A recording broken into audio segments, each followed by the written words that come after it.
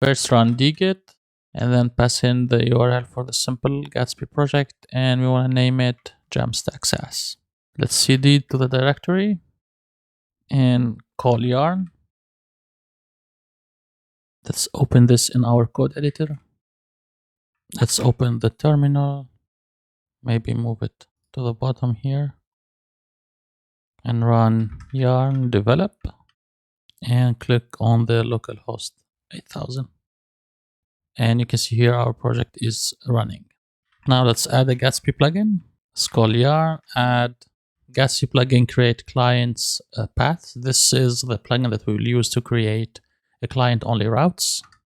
Now that's done, let's go to our project, the root folder, and there create Gatsby config.js. In here we'll export an object, and in there we'll have a plugins array, and inside of the plugin array we will load the Gatsby plugin create client path plugin.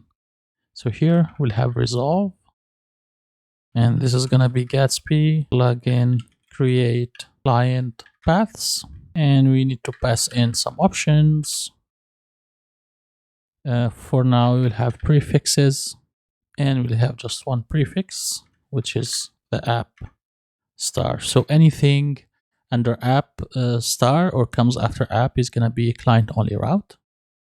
So now we define that. Let's go to src pages and create the app page. We will first import React from React. Then we will import reach router from reach router. This is shipped with Gatsby already, so we don't need to install it. And let's create a few components. We will need a login section.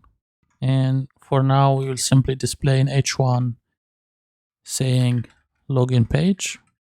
Let's do the same for dashboard and also the main page when we access app, when we access /app.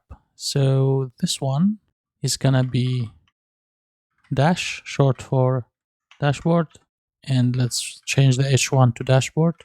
This one is gonna be the default page, and we can call this default. Now let's define our main page, which is app.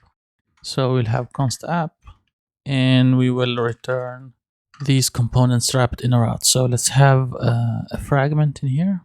Inside of there, we will have a router, and inside of the routers, we will define the components and their paths. So let's first start with the dashboard.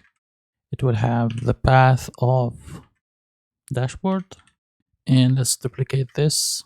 Here we'll have login, and we want to load the login component, and here we'll have the default if we try to access app. And also for our router, let's define the base path, and it's gonna be /app. And last thing, we need to export our component. So let's export default app and hit save. Let's try this and start our server.